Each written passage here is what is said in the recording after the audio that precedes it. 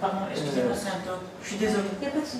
Sébastien vient de la région paloise. Suivi dans ce centre de compétences, le second en France après Paris, il souffre de tics et plus particulièrement du syndrome de Gilles de la Tourette sous une forme sévère avec des troubles majeurs du comportement.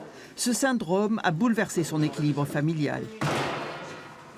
Je crois qu'il ne faut pas trop se faire d'illusions. On est quand même là dans un degré de sévérité majeur qui nous oriente plutôt vers une chirurgie, une stimulation cérébrale profonde.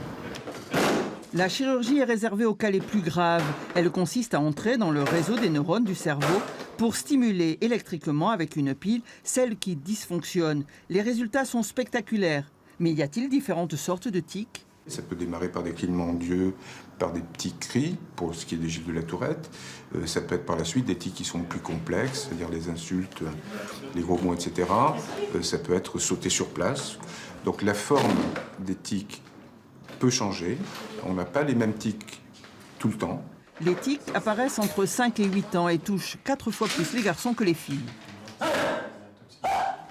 Des séances de thérapie comportementale aident les patients à instaurer des méthodes de contrôle. Le but, c'est d'apprendre, si vous voulez, à la personne, à l'enfant ou à l'ado, des stratégies, c'est souvent des petits trucs qui ont l'air tout à fait bénins, pour mieux contrôler, si vous voulez, les tics, voire les faire disparaître. On sait qu'avec quelques séances, ça peut très très vite s'améliorer.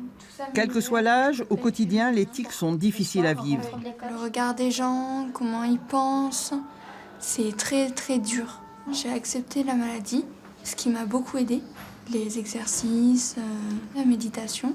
Je me concentre et les tics, ils viennent plus du tout. Et après, je fais aussi de la musique qui me concentre beaucoup et qui m'aide. Chez les enfants, les tics apparaissent du jour au lendemain, sans que l'on puisse déterminer le déclencheur. Pour Alexia, ce fut lors de son entrée en CM2. Les tics sont majorés dans certaines situations, des émotions positives, des émotions négatives, le stress, la fatigue. Ce ne sont pas ces événements qui vont déclencher, mais en tout cas, ça va s'aggraver avec certaines situations ou certains environnements. L'équipe médicale a créé un atelier d'éducation thérapeutique unique en France pour aider patients et familles à mieux comprendre la maladie, pour rompre l'isolement social et mieux vivre le quotidien.